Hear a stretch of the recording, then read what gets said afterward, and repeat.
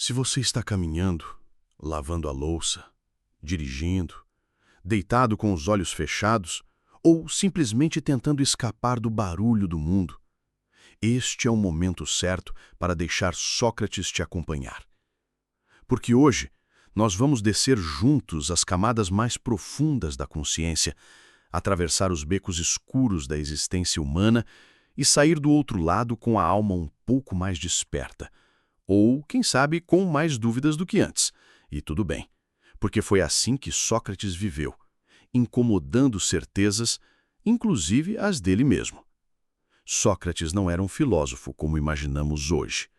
Não vestia toga branca para posar em estátuas, não escrevia tratados, não fundava academias com seu nome, não cobrava ingresso para suas ideias.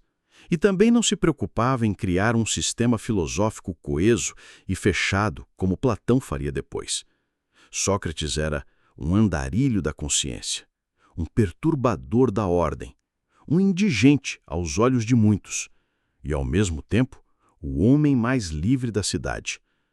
Ele passava os dias pelas ruas, praças, mercados, abordando pessoas comuns, jovens, velhos, comerciantes, soldados, políticos. Fazia perguntas, simples perguntas, mas perguntas que cortavam como faca, perguntas que tiravam o chão, perguntas que rasgavam o verniz da certeza. Mas ele não fazia isso por vaidade, nem por diversão. Ele fazia porque sentia que havia sido convocado, chamado, escolhido por uma força invisível. Essa força ele chamava de daimon. Não um deus no sentido tradicional, mas uma espécie de presença interior, uma voz silenciosa que, segundo ele, o impedia de agir de forma errada. Uma bússola espiritual que não mandava, mas sugeria, com firmeza, que não gritava, mas impunha silêncio com sua presença. Esse daimon não era um luxo espiritual, era uma exigência da alma. Sócrates dizia que sua missão era filosofar não porque queria, mas porque não podia evitar. Era como respirar, como piscar, como ouvir o próprio coração batendo. Filosofar era a forma que sua alma encontrara de ser fiel a si mesma. E trair essa missão, calar-se, esconder-se, fingir que não sabia, seria o mesmo que se suicidar espiritualmente. E aqui vem a provocação. Quantos de nós estão realmente ouvindo esse chamado interior? Quantos de nós já silenciaram tanto a própria voz que já não sabem mais se ela ainda existe? Quantos estão vivendo como figurantes em roteiros que não escreveram? Quantos estão correndo atrás de títulos, cargos, salários, méritos e, no fundo, sabem que estão desviando-se do que realmente importa? Quantos sentem todos os dias um leve incômodo, quase imperceptível, como uma coceira na alma, e mesmo assim seguem, ignorando, adiando, silenciando? Sócrates nos ensina que há algo dentro de nós que sabe, algo que não se impressiona com status, que não negocia a verdade por segurança, que não se satisfaz com a rotina anestesiada. Esse algo, essa voz, esse daimon, pode não gritar, mas ela espera. Espera que você pare, que você escute, que você tenha coragem. Coragem de enfrentar a missão que não se escolhe, mas que nos escolhe. Coragem de sacrificar o conforto pela coerência. Coragem de perder tudo e ainda assim sentir que ganhou a si mesmo.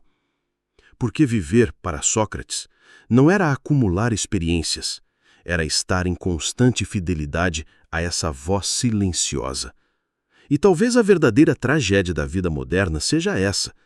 Temos ouvidos para todo mundo, menos para nós mesmos.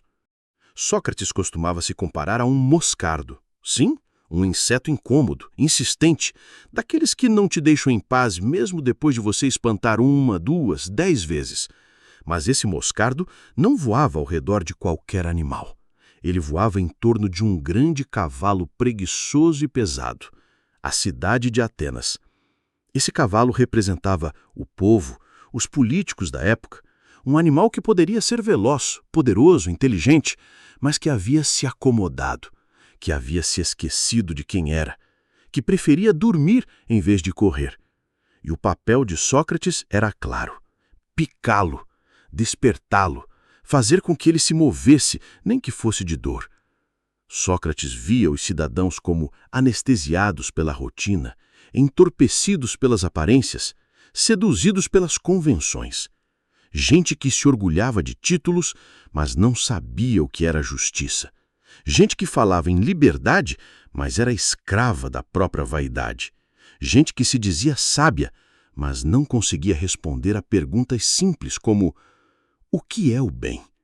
O que é a alma? O que é a vida? E é aí que entrava o papel do filósofo. Não como mestre, mas como incômodo. Ele não oferecia respostas prontas. Oferecia perguntas que cortavam. Perguntas que arrancavam a máscara. Perguntas que destruíam o chão confortável onde as certezas se sentavam. Sócrates fazia aquilo que ninguém queria fazer: pensar.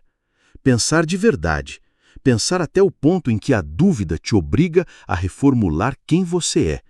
Pensar até o ponto em que o que você acreditava ser verdade se mostra apenas hábito mal examinado. É fácil repetir ideias que herdamos. Difícil é descobrir quais delas são realmente nossas. E Sócrates, ao perguntar, tirava as pessoas da bolha, desmontava as suas verdades feitas de herança e hábito. E por isso, ele era visto como arrogante, como ameaça, como alguém que corrompia a juventude, quando, na verdade, só estava tentando acordar os jovens para não virarem adultos adormecidos. A maior parte das pessoas quer ser elogiada, não questionada. Quer ter razão, não descobrir a verdade. Quer dormir tranquila, não acordar confusa. E Sócrates oferecia o oposto: desconforto, inquietação, dúvida. Ele sabia que pensar dói. Dói porque obriga a mudar. Dói porque tira do automático. Dói porque nos mostra que podemos ter vivido anos defendendo o erro como se fosse acerto. E é por isso que ele dizia com firmeza e simplicidade: uma vida não examinada não vale a pena ser vivida. Parece radical? Talvez. Mas pense comigo. De que adianta viver 80 anos sem nunca ter parado para perguntar por que você faz o que faz? Por que acredita no que acredita? Por que repete o que repete? Sócrates nos alerta: a ignorância confortável é uma prisão decorada. A dúvida pode ser dolorosa, mas é o primeiro passo da liberdade. Ele escolheu o papel ingrato de Moscardo, não para ser odiado, mas para acordar os que dormiam em berço esplêndido. E talvez o maior favor que alguém possa fazer-te hoje não seja te elogiar, é te perguntar aquilo que ninguém tem coragem de perguntar. É te picar com perguntas que machucam, mas salvam. Porque há momentos em que o que nos acorda para a vida é justamente o incômodo de uma verdade que não quer mais ser ignorada. Sócrates teve a chance de escapar da morte. Seus amigos organizaram tudo. O plano era simples: subornar os guardas, sair da prisão durante a noite e fugir para uma cidade onde ele seria acolhido como um mestre, talvez até venerado como um sábio. Ele teria uma nova vida, longe dos tribunais, longe dos inimigos, longe da ameaça da cicuta. Bastava dizer sim, bastava abandonar Atenas, bastava escolher a sobrevivência em vez da coerência. Mas Sócrates recusou. Não por orgulho nem por teimosia, mas por algo muito mais profundo: fidelidade à própria alma. Para Sócrates, viver biologicamente não era o suficiente. Não bastava respirar, andar, comer, envelhecer. A vida, para ser realmente digna, precisava ser vivida em verdade. E verdade, para ele, era estar em alinhamento com a consciência, com aquilo que ele chamava de justo, bom, belo e sábio. Se a alma é traída, dizia ele, então já está morto, mesmo que o corpo ainda ande pelas ruas.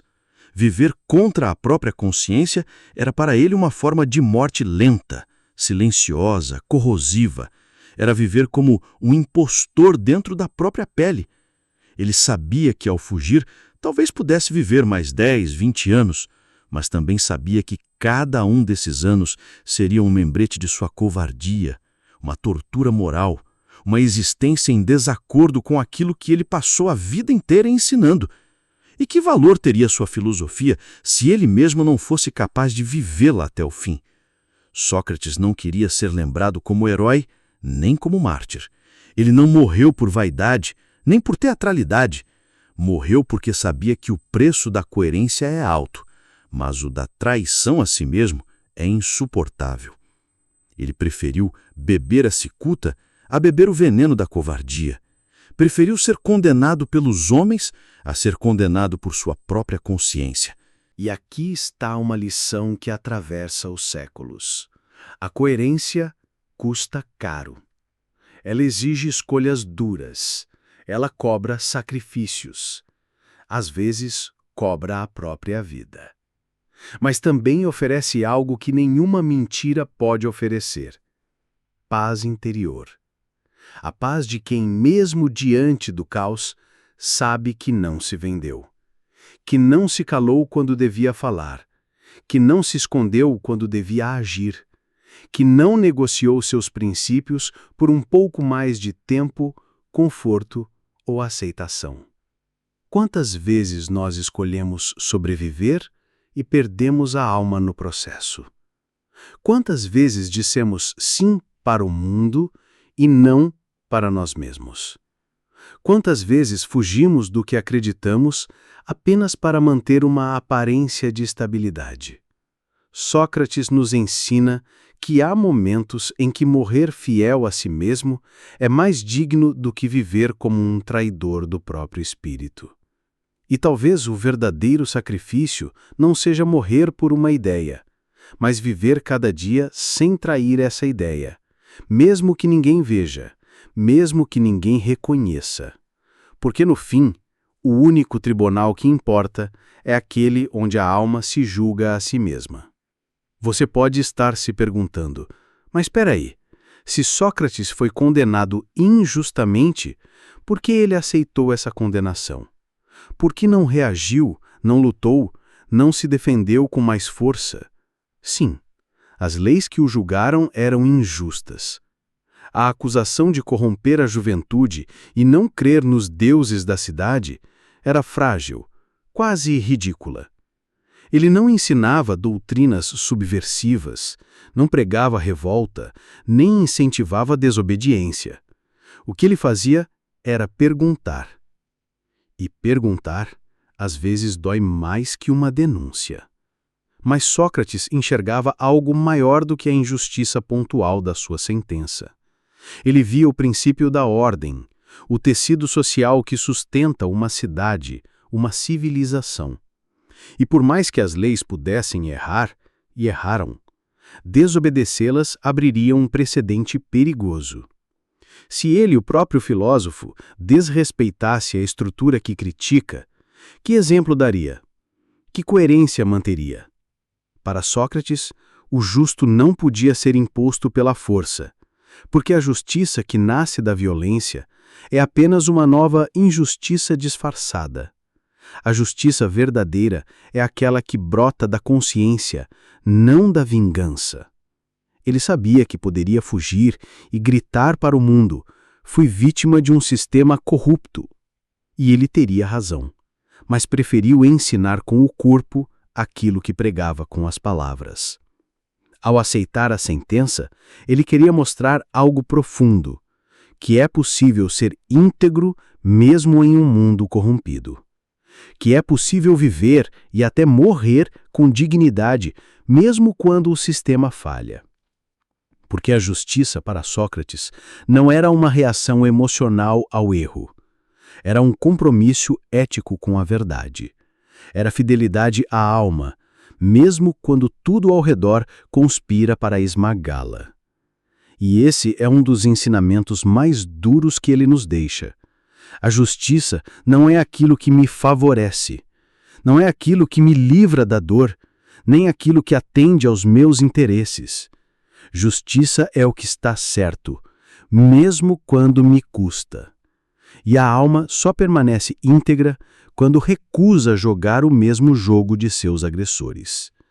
Sócrates podia ter respondido ao erro com revolta, com fuga, com violência, mas escolheu responder com verdade e coerência. Ele morreu para que a justiça não morresse com ele. Quantos de nós hoje conseguem sustentar essa visão? Quantos se curvam ao que é mais fácil, mais vantajoso, mais lucrativo, ignorando o que é certo? Vivemos em tempos em que a injustiça é muitas vezes celebrada como esperteza, onde o justo é visto como ingênuo, onde a integridade é chamada de fraqueza. Mas Sócrates nos oferece outro caminho. O caminho do silêncio que grita, da obediência que ensina, do sacrifício que salva. Porque no fim das contas, a alma é o último juiz. E ela sabe, mesmo que o mundo aplauda, se o que você fez foi certo ou foi traição. Sócrates morreu condenado pelos homens, mas absolvido por sua própria consciência. E talvez seja essa a única absolvição que realmente importa. Para Sócrates, a morte não era um inimigo, não era um monstro a ser evitado, nem uma punição final. Era apenas uma possibilidade, uma travessia. Talvez um silêncio eterno, talvez um novo começo.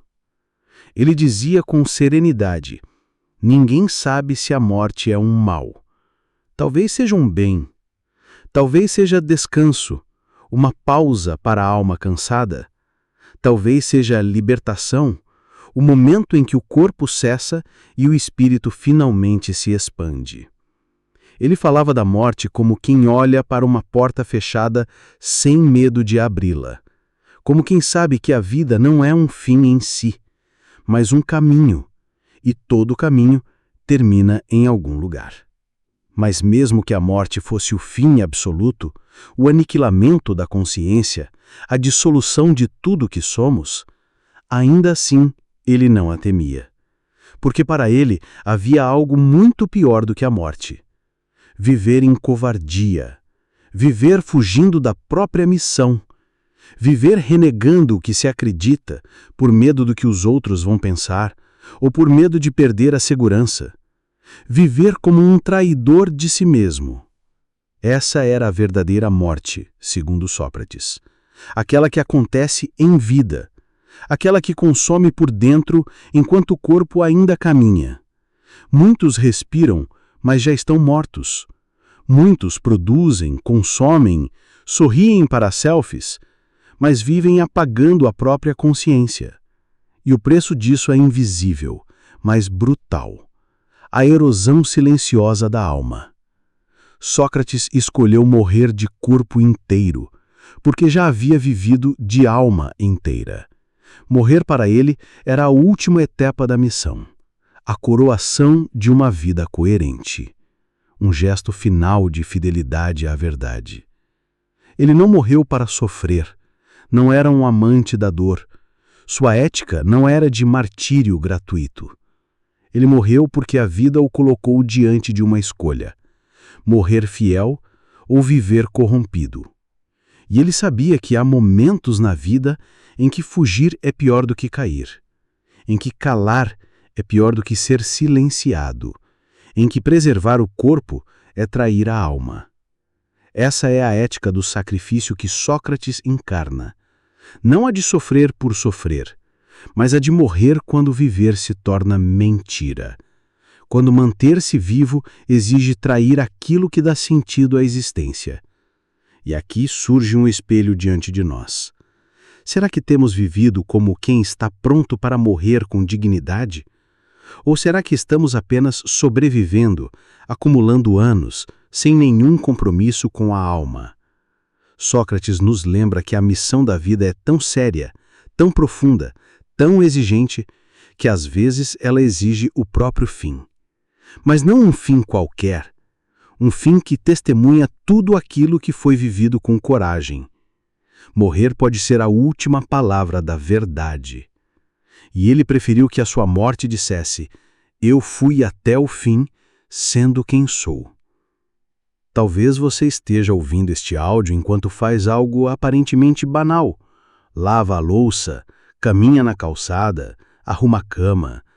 Talvez esteja no trânsito, no trabalho, ou apenas deitado com os olhos abertos para o teto e a mente cheia de perguntas. Mas Sócrates nos ensinaria algo perturbador. Não existe banalidade para uma alma desperta. Não é o lugar que torna algo significativo, é a presença. Não é a grandiosidade do gesto, é a consciência com que ele é feito. Lavar um prato pode ser uma meditação. Caminhar até o mercado pode ser um ato de filosofia. Olhar para uma árvore, ouvir o silêncio, respirar profundo, tudo isso pode se tornar sagrado, se o pensamento estiver presente, se a escuta for verdadeira, se houver espaço para a alma aparecer. Mas quantos de nós vivem assim? Quantos de nós estão de fato vivendo, e não apenas se ocupando? A vida moderna é uma corrida de distrações. Estamos sempre correndo para o próximo compromisso, o próximo boleto, a próxima notificação. Mas ninguém ensina a parar. Ninguém ensina a escutar o que está dentro. Sócrates caminhava pelas ruas de Atenas com calma. Não tinha pressa, porque para ele o mais urgente era a alma, e a alma não corre, a alma não grita, a alma espera. Ela espera que você canse das distrações e comece a perguntar. E talvez a pergunta que mais importe hoje não seja como viver mais. Vivemos cada vez mais, sim, mas com menos sentido. Tecnologia nos deu longevidade, mas nos roubou presença. Sabemos 1000 coisas sobre o mundo, mas esquecemos o essencial. Como viver de um modo que não me destrua por dentro? A pergunta talvez devesse ser outra. Como viver de forma que a minha alma permaneça inteira, mesmo quando o mundo inteiro se fragmenta? Como manter a integridade quando todos à sua volta normalizam a mentira, o jogo duplo, o cinismo? Como permanecer atento num mundo que venera o ruído? Como continuar justo quando a injustiça se tornou estrutura? Como continuar humano quando tudo ao redor nos empurra para a robotização da vida? Sócrates não nos daria respostas fáceis. Ele nos devolveria perguntas mais profundas e talvez apenas uma certeza. Viver sem escutar a própria alma é desperdiçar a existência. E você? Está vivendo com pressa ou com presença? Está acumulando experiências ou construindo sentido? Está buscando agradar o mundo ou manter a fidelidade à sua consciência? Há vidas longas que são vazias e há vidas curtas que tocam a eternidade. Sócrates escolheu essa última. E talvez, só talvez, ainda seja tempo de fazer a mesma escolha. Para Sócrates, tudo, absolutamente tudo, começa e termina na alma. A alma era um núcleo, o ponto de partida e de chegada, a sede do sentido, da consciência, da verdade. Cuidar da alma não era para ele uma prática mística, nem uma busca esotérica. Era o verdadeiro trabalho, o mais urgente, o mais sério, o mais negligenciado. Tudo mais, dizia, é distração. O corpo envelhece. A fama some. O dinheiro escapa como água entre os dedos. Os aplausos silenciam quando você já não serve para alimentar o ego alheio. A beleza murcha. A força se vai, mas a alma, essa fica, permanece. E ela carrega silenciosamente o peso de todas as escolhas que fizemos. Carrega as palavras ditas com coragem e os silêncios que nasceram do medo. Carrega os gestos que nos elevaram e também os que nos corromperam. Carrega os pactos que honramos e os que quebramos. A alma é a única testemunha que não se cala. Ela é o espelho que não mente. Sócrates via a alma como uma realidade viva, dinâmica, em constante formação. Não nascemos prontos. A alma precisa ser esculpida, talhada, purificada. E como se faz isso? Com conhecimento. Mas não qualquer conhecimento. Não o acúmulo de informações frias, técnicas, estatísticas, mas o conhecimento que transforma. Aquele que nos confronta. Aquele que nos tira da ignorância e nos devolve a nossa essência. O conhecimento para Sócrates era a medicina da alma. E o diálogo, sua terapia. Sócrates acreditava no poder da palavra falada, viva, quente. Acreditava que quando duas pessoas conversam com sinceridade, algo nelas muda. Algo nelas se reorganiza. O diálogo não era um debate. Era um parto. Sim, a filosofia como parto espiritual. Ele se via como uma espécie de parteiro da alma. Não colocava ideias de fora para dentro. Ajudava o outro a trazer para fora o que já estava dentro, escondido, adormecido, esquecido. E parto, como você sabe, envolve dor. A busca pela verdade dói. Porque nos arranca da zona de conforto. Porque nos obriga a reconhecer que não sabemos, que erramos, que talvez tudo que acreditávamos até ontem era apenas ilusão herdada. Mas é essa dor que limpa a alma. É essa dor que a afina. É essa dor que a acorda. A alma não se cultiva com elogios vazios. Ela cresce no confronto com a verdade. Por isso Sócrates provocava, não para humilhar, mas para acordar. Para fazer com que cada um começasse a cuidar do que realmente importa. Porque o que adianta conquistar um mundo inteiro se no processo perder a própria alma? Sócrates morreu como viveu, em pé, de olhos abertos, com a alma inteira, sem se curvar à facilidade, sem vender sua verdade por sobrevivência, sem permitir que o medo ditasse seus passos. A cicuta, para ele, não foi um castigo, foi um selo. O selo final de uma existência coerente. O carimbo que dizia, eu fui até o fim sendo quem sou.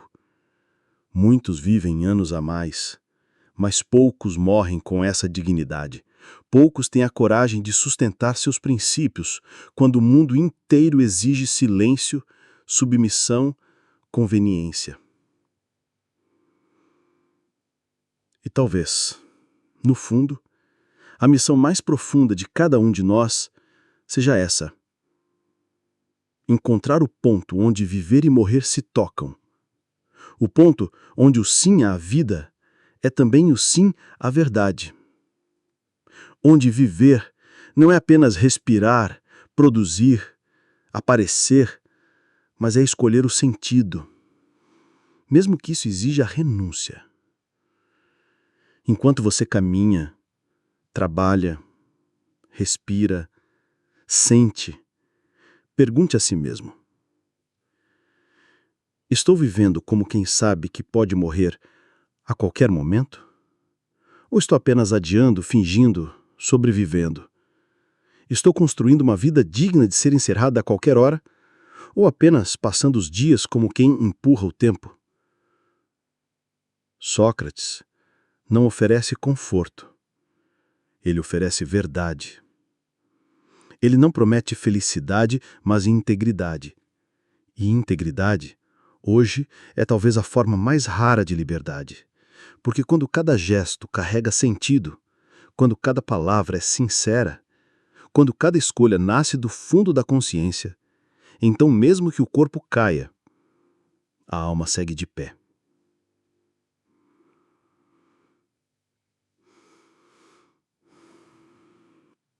Esse é o tipo de existência que Sócrates nos convida a viver. Uma vida em que a verdade é mais importante que a fama, em que a justiça vale mais que a conveniência, em que a alma vale mais que o corpo. Talvez você nunca beba cicuta, talvez nunca enfrente um tribunal, mas todos os dias, de formas sutis, você será testado. Todos os dias terá que escolher entre o que é fácil e o que é verdadeiro, entre agradar e ser fiel a si mesmo, entre sobreviver e viver com propósito. E no fim, quando chegar o seu julgamento, não o do mundo, mas o seu, que a sua alma possa dizer: eu fui até o fim, sendo quem sou. Se essa reflexão te provocou, compartilhe com alguém que esteja vivendo no piloto automático. Talvez ele ou ela precise ser picado pelo moscardo da consciência. E se você quer mais conteúdos como esse, que mexem com a alma, que sacodem certezas e te fazem pensar enquanto vive, se inscreva no canal, ativa o sino e deixa seu comentário. A sua voz também importa aqui. Nos vemos no próximo mergulho filosófico.